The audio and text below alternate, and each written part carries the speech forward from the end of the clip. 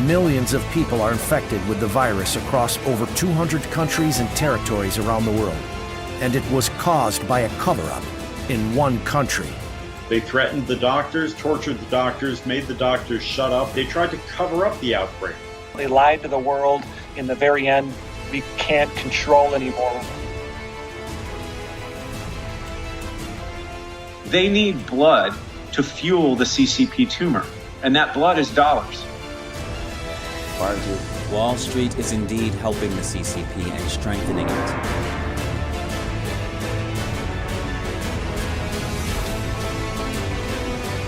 Be careful raising a baby tiger, because one day it will grow up and eat you.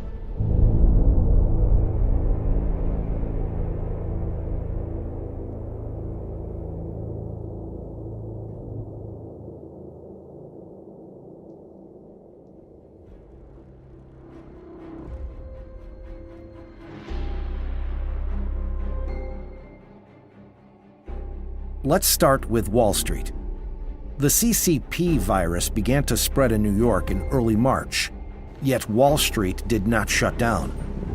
Even into April, some J.P. Morgan Chase traders in New York were required to work despite the pandemic, and despite an outbreak at their offices.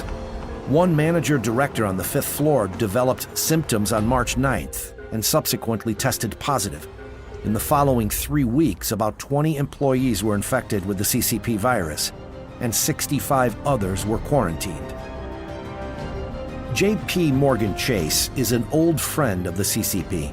In 1973, Chase Manhattan was the first American bank to act as an agent of the Bank of China in the United States, 6 years before the two countries established formal diplomatic relations. Led by J.P. Morgan Chase, Wall Street has channeled huge amounts of money to the CCP over the past 40 years. J.P. Morgan Chase launched the Sons and Daughters hiring program in 2006, hiring about 100 children of powerful Chinese officials to help the bank win billions in business contracts with China. The large Wall Street banks and other large American in-name-only companies were more interested in making as much money as they could by trading with a mortal enemy than in abiding by American laws and American standards and upholding American values. I'm sure if you dug around and looked around, you'd find that J.P. Morgan wasn't alone in that kind of practice. J.P. Morgan Chase later admitted the Sons and Daughters program violated the U.S. Foreign Corrupt Practices Act, FCPA, and it paid more than $200 million in settlements to avoid further investigation and prosecution. Through the exchange of benefits, the Western companies get special treatment from the parents of the second generation of Reds. In return, they are plainly using their power for money. Western values have had little influence on the CCP, while many Westerners have learned the values and bad behaviors of the CCP. Jamie Dimon, CEO of J.P. Morgan Chase, is the chairman of a powerful lobby, Business Roundtable. Dimon strongly opposed increasing tariffs on Chinese products in 2018 when the White House imposed measures amid the trade war. The measures were aimed at stopping the CCP's trade practices that undermine the global trade order. We should try to be friendly and understand their problems. Dimon is not alone. The elites on Wall Street have frequently lobbied for Beijing and Washington over the past few decades.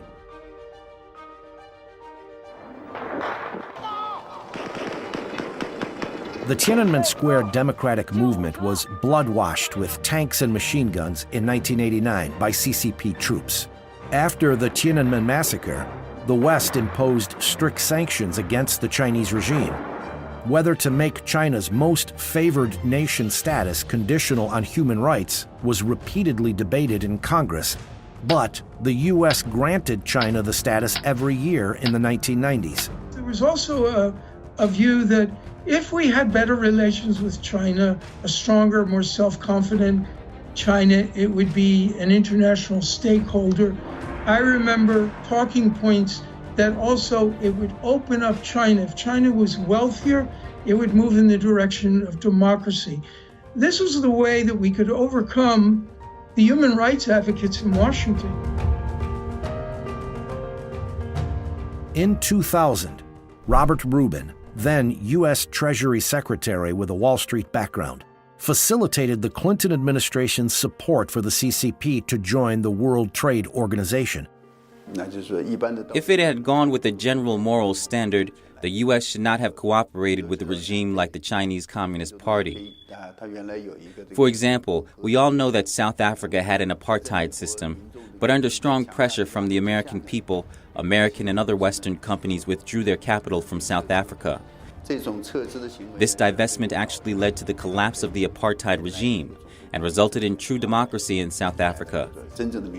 Now, American companies are obviously less concerned about human rights issues in China. That is, lower tariffs on a permanent basis rather than on an annual basis contingent on its making progress in human rights.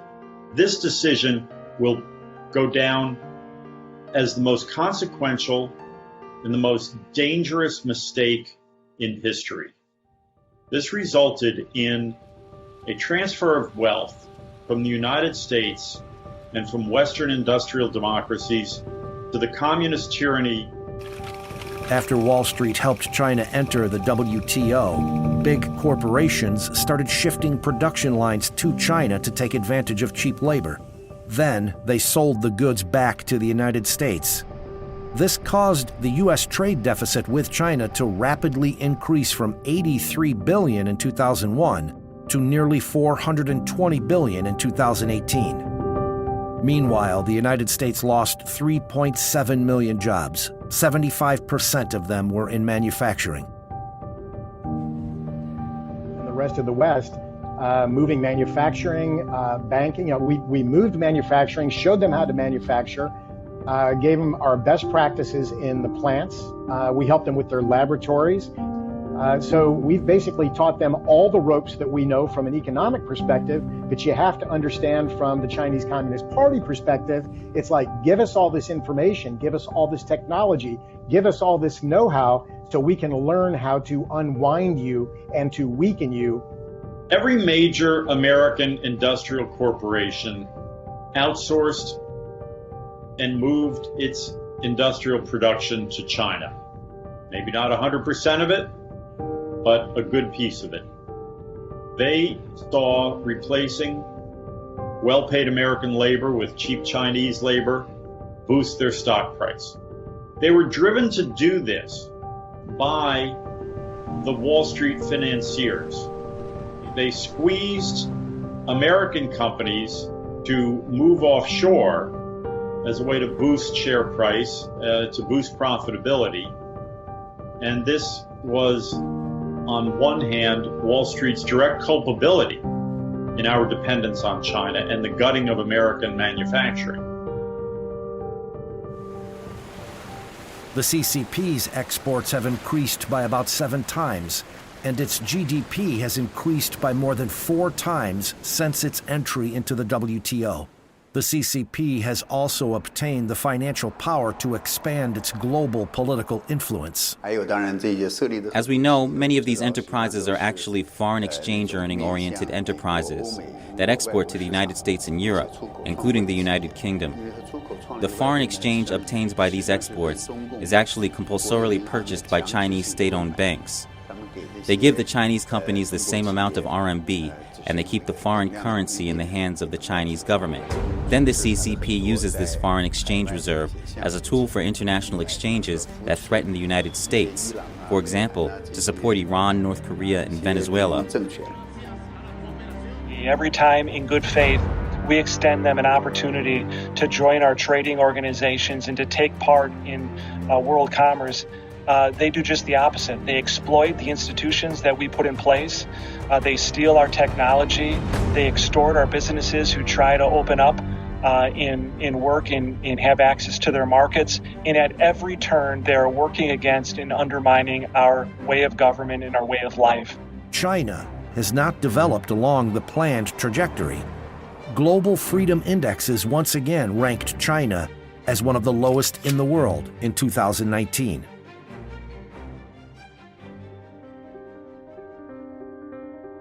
Wall Street helped the first Chinese company, state-owned Brilliance Auto, get listed on the New York Stock Exchange in October 1992, 3 years after the Tiananmen Square massacre. Soon, companies from mainland China came to America one after another. As of February 25, 2019, there were over 150 Chinese companies listed on U.S. exchanges with a total market capitalization of $1.2 trillion. The top three are Alibaba, followed by two energy companies directly owned by the communist regime, PetroChina and China Petroleum and Chemical. Remember, any Chinese company is controlled and completely controlled by the Chinese Communist Party. Companies are not owned by investors and run by board of directors in China. The CCP absolutely controls it, and the larger the company, the more CCP slash executives are controlling that company. And as China grew more wealthy, and they started to develop their own indigenous companies and own indigenous industries, they turned to the Wall Street investment banks like Goldman Sachs and others to be listed on American stock exchanges. There was a problem there in that these Chinese companies don't play by the same rules that American companies play by. They don't open their books. China does not allow U.S. regulators to audit its companies' books. The Chinese government claims these are state secrets and thus cannot be shared with the outside world. This exposes American investors to unprecedented risks. In 2015, George Vlahos, an 84-year-old retired educator from Massachusetts, pleaded with Xi Jinping, who was about to visit the United States, and asked him to give a little hope to investors in America who have suffered losses. Vlahos purchased Sino Clean Energy stock, which was delisted by NASDAQ due to filing delays for its quarterly report with the Securities Exchange Commission. As a result, Sino Energy's share price fell from a 2010 high of $10 to 5 cents in 2015. Vlahos lost hundreds of thousands of dollars. He said that if he doesn't get his money back, he will leave the world with unforgivable crimes, forcing his 76-year-old wife to seek low-income assistance, all because he believed these companies. I was told literally by one particular member of Congress, he said, you know who was sitting in that seat yesterday, in your very seat, telling me why Chinese companies don't need to be adhering to the same standards as U.S. companies? I said, who? He said, the head of the Chinese Securities Regulatory Commission, the CSRC, the Chinese version of the SEC. He was lobbying U.S. Congress members, sitting in their offices, explaining to them that it's a national secret, that every person and every audit within any Chinese SOE is a state secret and therefore it can't be audited. When a Wall Street investment bank advises a Chinese company for its public offering, the bank earns a 3% to 7% underwriting fee on all funds raised. The bank is then responsible for conducting due diligent investigations into the financial records of these Chinese companies.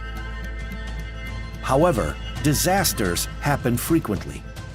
Luckin Coffee, China's largest coffee chain, admitted on April 2, 2020, that 40% of its 2019 sales were fabricated. Luckin had been listed on NASDAQ for less than a year. The next day, Luckin Coffee's share fell by 80%, and investors suffered heavy losses. Underwriters of Luckin include Morgan Stanley. From 2011 to 2012, over 50 Chinese companies listed in the United States were suspended or delisted due to financial fraud or non-compliance with trading rules. Actually, almost all Chinese companies have two accounting books. It is quite rampant to keep fake accounts in China today. It happens almost everywhere in China. It is so common that I think all Western companies operating in China know about it. And everyone's going to live by the same rule of law. If we did that, 95% of Chinese companies couldn't be listed here, maybe 99%. Wall Street companies, banks, Big Four, other management consulting companies were complicit in the run-up of the Chinese Communist Party. Wall Street has been pushing capital continuously into China's stock and bond markets, in addition to helping Chinese companies get listed on the U.S. stock exchanges. J.P. Morgan Chase also included CCP government bonds into the J.P. Morgan GBI-EM Global Diversified Index on February 28, 2020. According to Goldman Sachs calculations, the inclusion could funnel $3 billion in foreign capital into the Chinese bond market every month. A Bloomberg Barclays index started including domestic Chinese bonds, and some of MSCI's indexes increased the weighting of Chinese domestic stocks. These indexes are tracked by asset managers around the globe, who they seek to replicate the benchmark's holdings. This would draw hundreds of billions of dollars into Chinese financial markets. We also know that the Chinese Communist government has constantly exerted pressure on MSCI to increase the weight of Chinese enterprises. The Chinese Communist Party uses this to create the illusion that China's economy is thriving.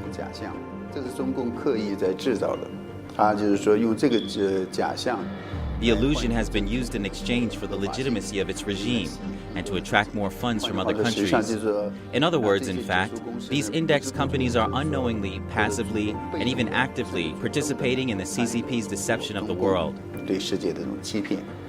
One MSCI index includes 234 Chinese A-share companies, companies listed on Chinese stock exchanges. The companies include Hikvision, that provides surveillance cameras for Xinjiang concentration camps, and state-owned AVIC, Shenyang Aircraft Company Limited, which manufactures fighter jets for the CCP military. Meanwhile, the CCP military regards the U.S. military as its number one imaginary enemy. And they call us their enemy. And they say that they are at war with the United States and the West. When you look at who owns those stocks, and they are completely owned by the Chinese Communist Party and what they stand for, which is oppression, human rights violations, and so on.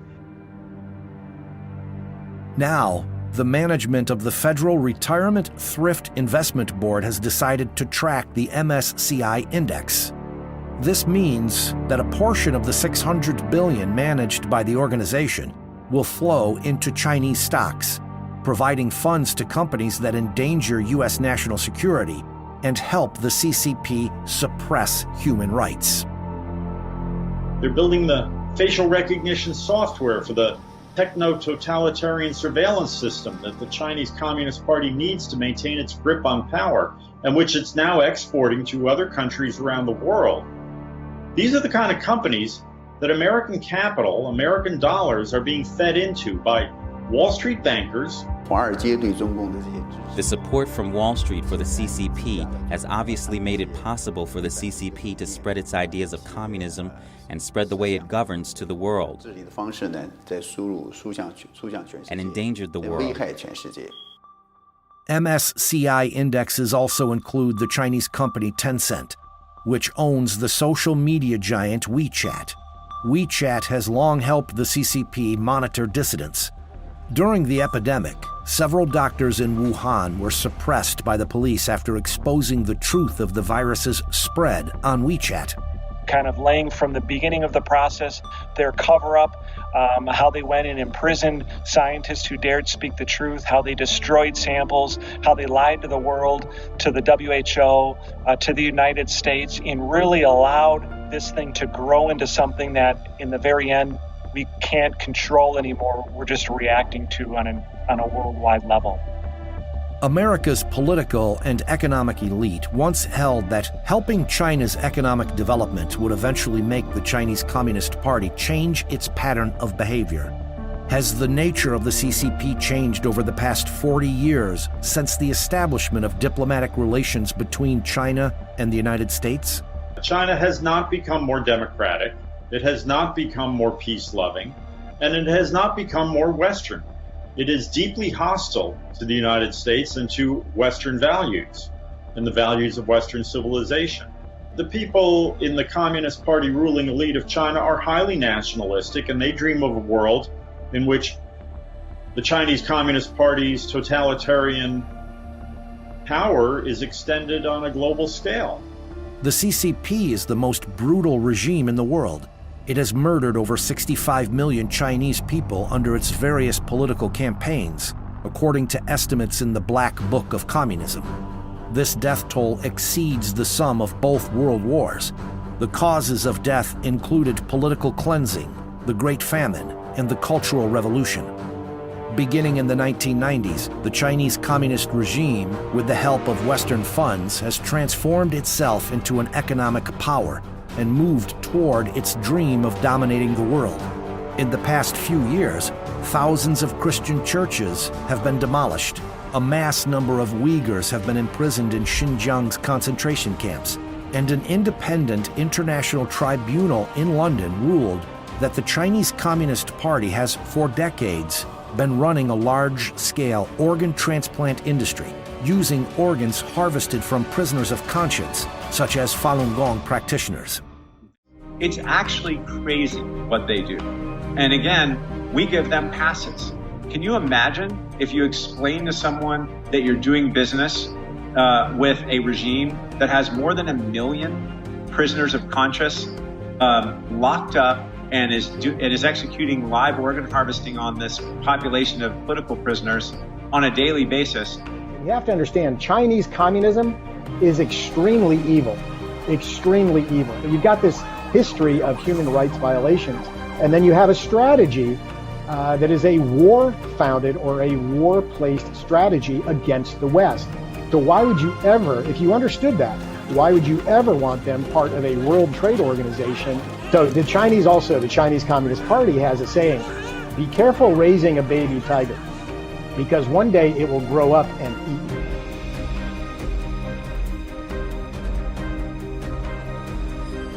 you. We have to realize that the Chinese Communist Party exists on a steady flow of US dollars. Its own currency is akin to toilet paper.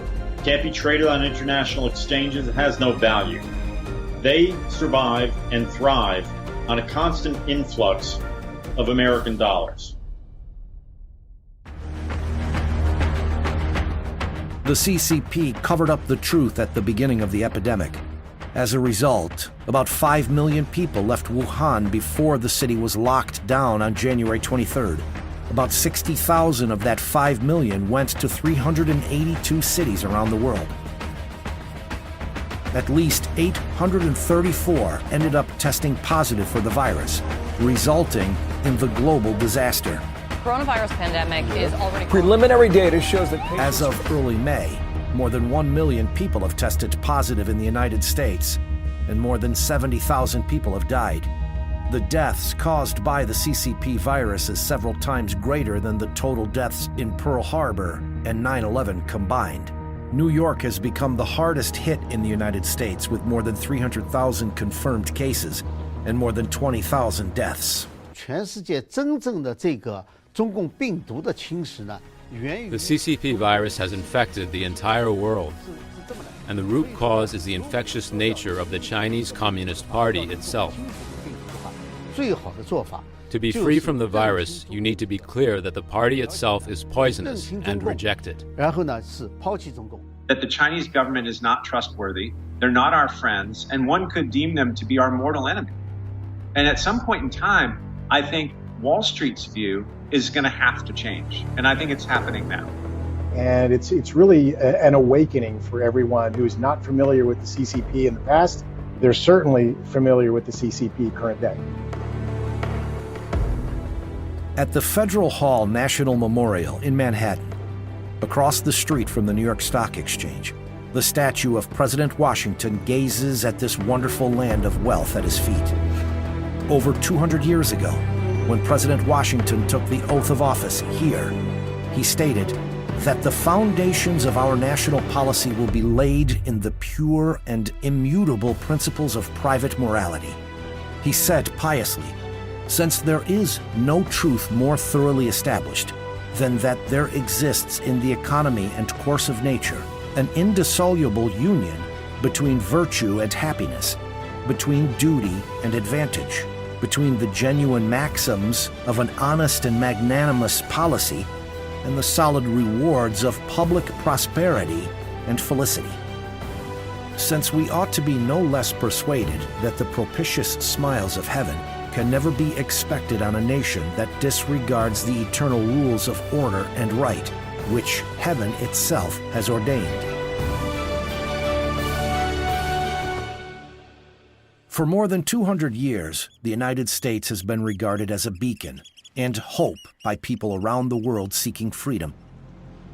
Wall Street not only represents this short, narrow street, but is also synonymous with the U.S. capital market and world financial center. Wall Street has carried many American dreams since the Gilded Age. The limit of dreams is probably the starting point of greed.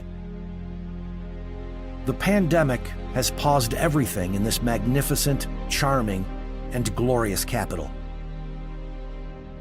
At this challenging, special time, people need to ponder whether they want to dance with the devil or walk with gods.